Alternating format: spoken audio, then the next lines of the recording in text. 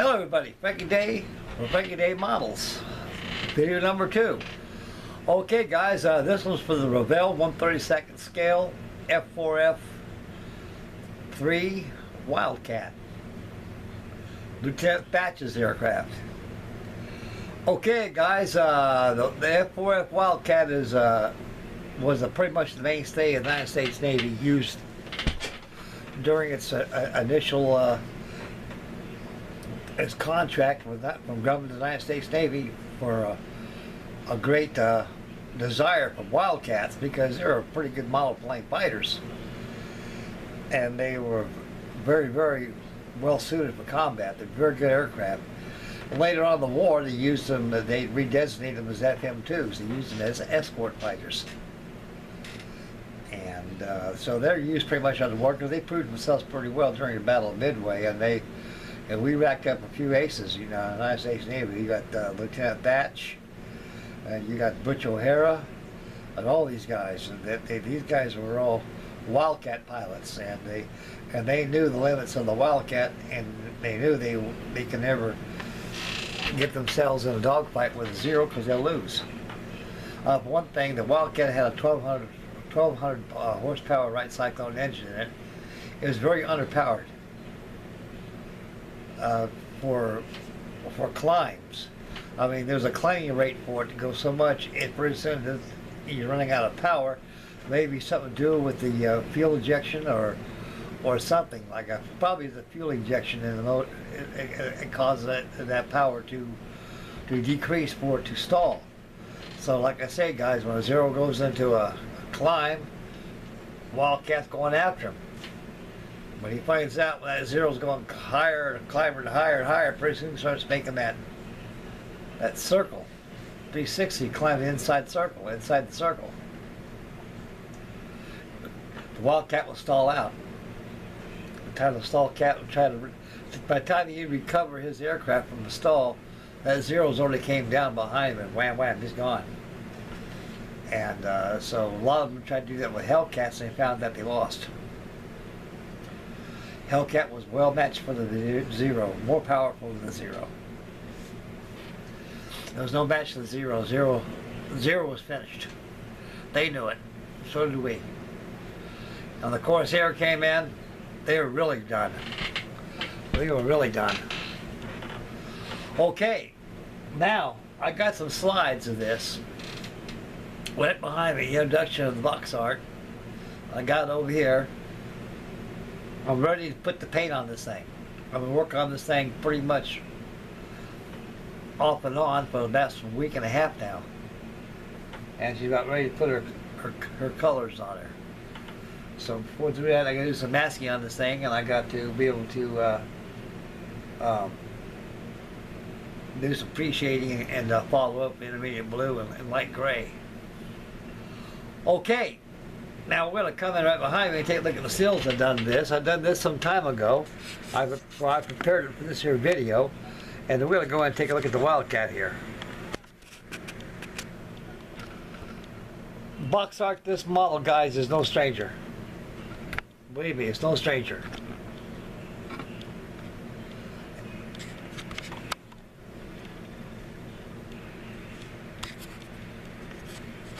Not much about these cameras. There we go. Okay, this is the introduction. Same thing with the box here. Okay, I'm sitting here next to the box taking a pic. Incidentally, I posted some of these shots here on Facebook, Airfix page, Facebook. Okay, thumbs up. The engine's very sparse, they give me here. Very sparse, so I took my time on the engine here. I had to mask around the cylinders right there, and I airbrushed that with green, interior green. So the motor to give you is very sparse. So there's other stuff out there, fellas, but for an old kit, you can't beat it. I was happy with it. There's the intricate landing gear assembly. You can see the sprockets right here. This sprocket here goes on a shaft, goes all the way through your side of the console. And you got a crankshaft that cranks like this. It engages this travel rod here to the sprocket, and it retracts the landing gear. The landing gear tucks away inside here. It takes 29 cranks, 36 cranks to lock the landing gear in this thing. And very intricate, but Grumman kept that because it was a very reliable landing gear. It served well the FF1s, the F4F-2s, F4F-3s, the Grumman Delphawk. He figured this would be okay for a while until he gets some better undercarriage, a better design for undercarriage. And he did. The Hellcat came out with hydraulics.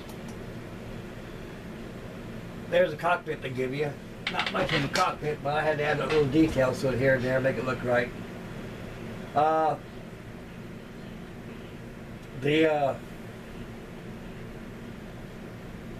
The detail of this cockpit is it's not too bad, and not too good either. But it could be better. But what do you expect for a 1969 kit? What you expect is 1969. Going back in time, this thing was a very, very welcome model to all model collectors and builders.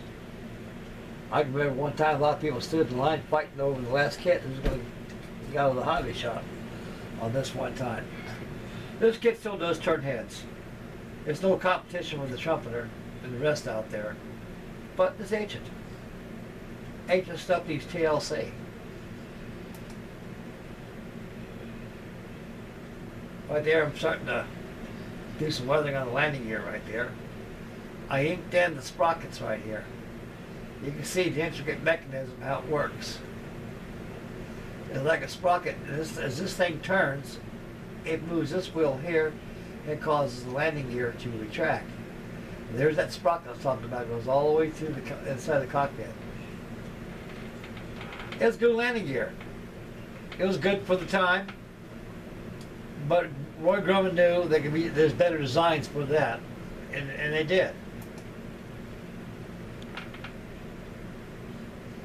More on the cockpit.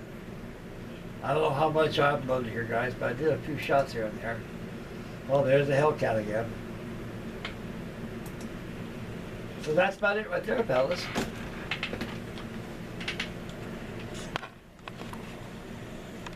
Now, we're going to take a look at Wildcat right now. There he is.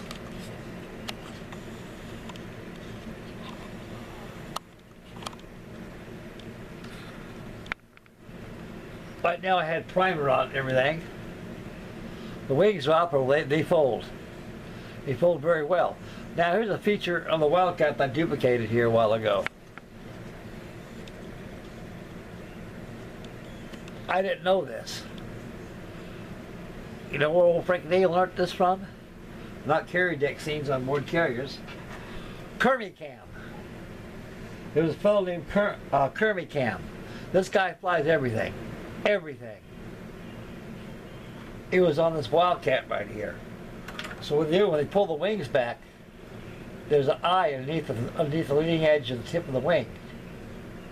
And there's a wire back there, like a cord right there, where they roll up and hook up the stabilizer. When they get done to roll up, they stick it in the compartment back here. There's a little hatch right there. Opens up. There's a little crank. They crank the wings. Everything in this airplane is manual. Everything. Flaps, landing gear, the wings. Roy Grumman did that intentionally because it made it simple and easy to maintain for air crews and pilots until he found a better design. He doodled this Wildcat back in 1933.